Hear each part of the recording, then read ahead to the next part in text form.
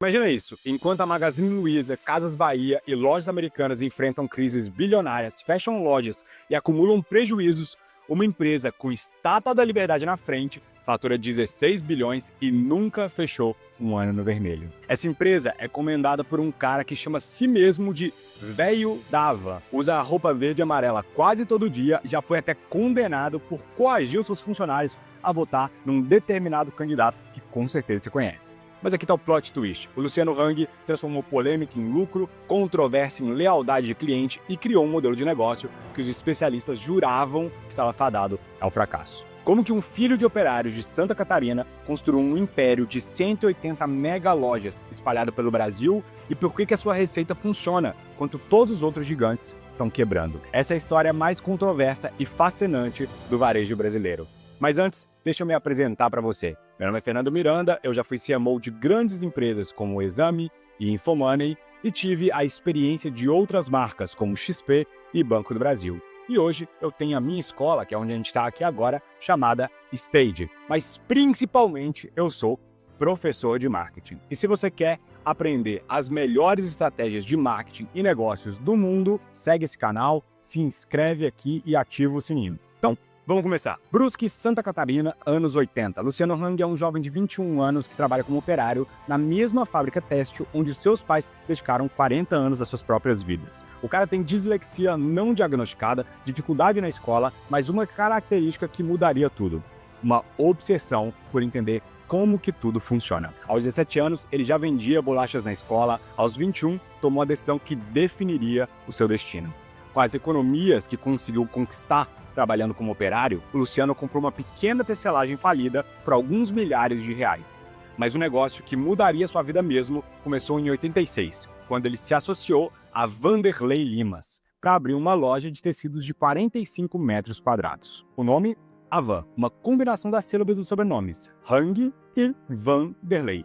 A loja era um cubo minúsculo vendendo apenas tecidos importados, numa cidade que recebia turistas em busca de produtos têxteis baratos. Nada indicava que dali sairia um dos maiores varejistas do Brasil. Mas o Luciano tinha algo que seus concorrentes não tinham: uma visão completamente diferente de como uma loja deveria ser. 5 anos após a fundação, em 1991, no ano que eu nasci, o Vanderlei de Limas deixou a sociedade. Luciano fica sozinho com a empresa, sem muito capital, competindo com gigantes estabelecidos como Casas Bahia e Magazine Luiza, que já estavam dominando o mercado há muitas décadas. O desafio era brutal. Como que um cara de uma cidade pequena, sem recursos bilionários, iria competir com esses tubarões do varejo brasileiro? Pior ainda, os especialistas da época diziam que o modelo de loja de departamento estava fadado a morrer. Tia Mapping, Mesbla, todas as grandes já estavam fechando ou estavam agonizando. O futuro era a especialização, diziam os consultores. Luciano olhou para esse cenário e pensou: todo mundo está errado. Enquanto seus concorrentes brigavam nas capitais e grandes centros urbanos, ele teve uma epifania que mudaria completamente tudo no negócio dele. Uma viagem aos Estados Unidos em 94 mostrou o caminho. Ele viu aquelas mega lojas americanas, aquele modelo do Walmart que dominava cidades pequenas e entendeu: o Brasil tem centenas de cidades médias sedentas por variedade e preço. Mas a grande jogada veio quando ele decidiu fazer algo que pouca gente esperava. Em 94, o Luciano inaugurou um prédio de 7.000 metros quadrados com uma fachada inspirada na Casa Branca americana. Em 95, ele foi ainda além. Ele instalou uma réplica da Estátua da Liberdade na frente da loja. A inspiração? Uma sugestão de um menino de 7 anos. Mas a execução foi 100% calculada.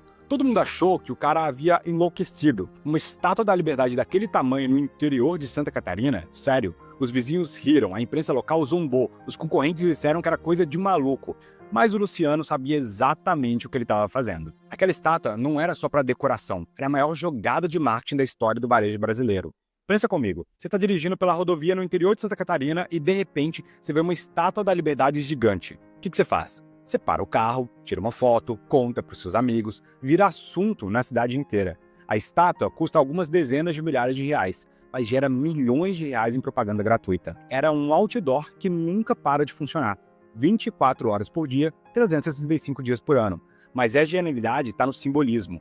Para um cliente de classe C, numa cidade pequena, aquela estátua representa tudo que ele aspira, que ele sonha. liberdade, progresso, sucesso americano que você vê nos filmes. Era o sonho brasileiro materializado naquela estátua de bronze. O Luciano não estava apenas vendendo produto, ele estava vendendo aspiração, identidade, pertencimento a algo maior. Essas lojas não vão ser apenas lojas, vai parecer um pedacinho dos Estados Unidos, eles vão ser destinos. E a estratégia funcionou tão bem que o Luciano replicou em todas as lojas depois. Hoje, a Havan tem mais de 70 estátuas espalhadas pelo Brasil, fazendo do nosso país o lugar com mais réplicas da Estátua da Liberdade no mundo inteiro. A maior delas tem 57 metros de altura e fica em Barra Velha. Cada nova loja vira automaticamente um ponto turístico local. As famílias vinham de cidades vizinhas só para ver a estátua e tirar uma foto. E como se já está ali dentro da Havan mesmo, bom, melhor fazer uma compra, né? Foi a primeira vez que alguém transformou a arquitetura num marketing viral que as pessoas querem tirar fotos, antes mesmo das redes sociais existirem. Primeiro, ao invés de competir nas capitais, ele mirou nas cidades de 100 a 500 mil habitantes, onde seria o Peixe Grande ou Lago Pequeno. Depois, ele transformou cada loja numa mega estrutura, com estacionamento gratuito, praça de alimentação e algumas têm até cinema. Um complexo de entretenimento disfarçado de loja. Terceiro, ele focou na classe C e D com uma estratégia que ninguém mais fazia. Crediário próprio, generoso para quem não conseguia crédito no sistema bancário tradicional. Mas o que realmente diferenciou a Havan foi algo que só apareceria décadas depois.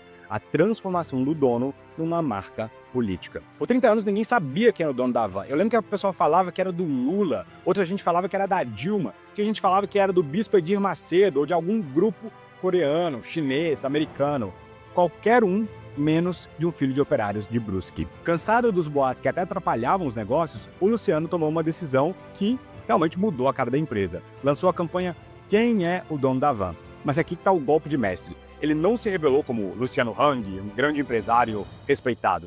Não, ele abraçou o apelido que os haters usavam na internet para atacar ele. Velho da Havan. Pensa na genialidade disso. Os seus inimigos têm um apelido pejorativo e ele transformou isso na marca pessoal mais poderosa do varejo.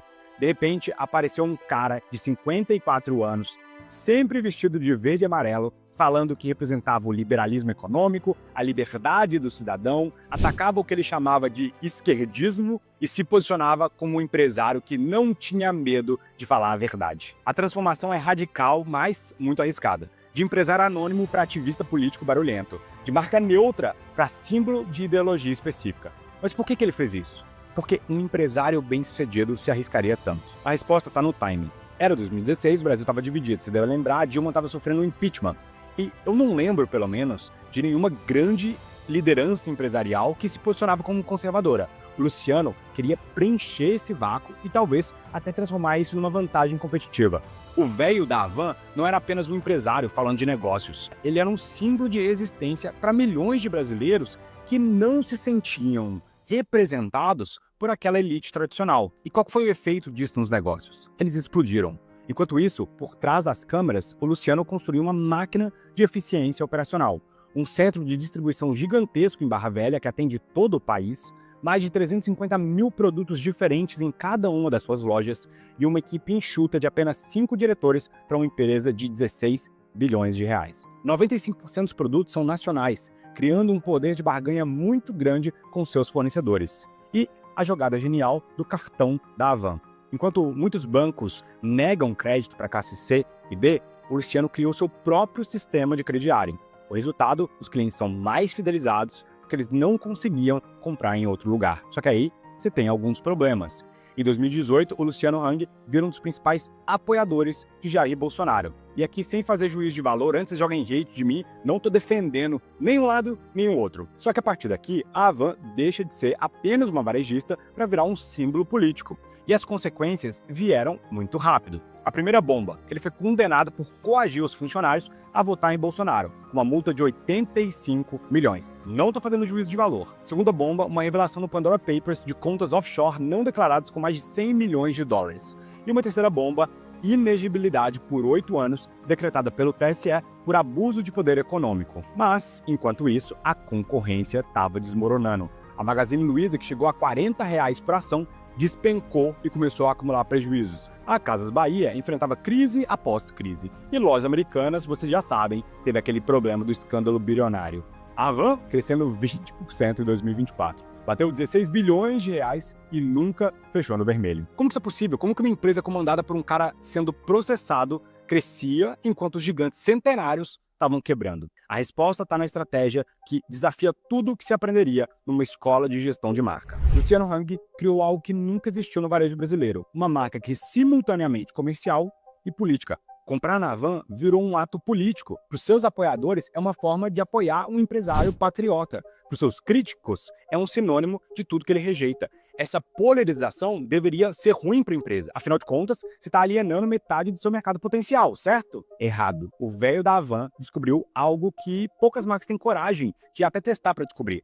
Numa era de cancelamento e polarização, uma base pequena fanática vale mais do que um público grande, mas indiferente. Enquanto outras marcas gastam fortuna tentando agradar todo mundo e não consegue agradar ninguém, a Havan criou uma tribo de verdade que defende a marca. Eu fiz um vídeo curto sobre o Luciano Hang há pouco tempo atrás, e o vídeo viralizou de pessoas que amam a Havan e que defendem o Luciano como um grande empresário. Os clientes que fazem questão de comprar lá, não pelo preço, mas por identidade. É o que a gente chama de tribo de marca, algo que Nike, Apple, Harley Davidson fizeram com produtos de luxo, mas que o Luciano conseguiu fazer com geladeira e televisão para a classe C. O que dá para aprender com essa história muito curiosa? Esse é o número 1, a gente tem que ter coragem de ser diferente. Enquanto todo mundo copia o mesmo modelo, o Luciano criou algo único. Estátua da Liberdade estádio no interior? Maluco? Talvez, mas funciona. Lição número 2, conheça seu público melhor do que ninguém. Classe C e D em cidade de médio porte não quer só produto barato, eles querem dignidade, eles querem sonho, eles querem aspiração. A Havan vendeu tudo isso junto com cada geladeira. E a lição número 3, transformar desvantagem em vantagem. Não tem capital para competir nas capitais? Vai para o interior. Não sabe fazer marketing tradicional? Vire o próprio porta-voz da sua marca. E a lição número 4, a polarização pode ser rentável, e essa é a mais perigosa. Numa era dividida, assumir um lado pode render mais do que tentar agradar todo mundo. Sai de cima do muro. Mas cuidado, essa é uma estratégia de altíssimo risco.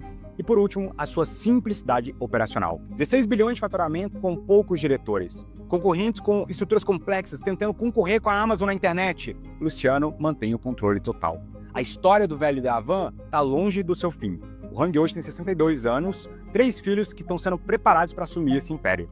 A grande questão é, uma marca tão dependente da personalidade do fundador pode sobreviver sem ele? Eu tenho a minha opinião e eu acho que sim. Seus filhos já aparecem nos comerciais, mas no estilo bem diferente do pai, mais descontraído como eles mesmos dizem. Será que conseguem manter essa base fanática sem entrar em polêmica? E outro desafio gigantesco, o mundo está indo para o digital, mas 95% das vendas da Havan ainda são físicas, o que hoje para a Havan é uma grande vantagem e uma defesa que a Havan tem contra os seus concorrentes. A questão é, por quanto tempo esse modelo vai resistir? O Luciano sempre disse que o simples é melhor do que o complicado. Enquanto os seus concorrentes queimam bilhões em e-commerce e guerra de frete grátis, ele se manteve fiel às mega lojas e até agora tem dado muito certo. Mas será que uma próxima geração vai conseguir repetir o feito do pai, ou a era da velho da Havan vai acabar junto com a sua aposentadoria? Uma coisa é certa, independente do que você pense sobre o Luciano Hang,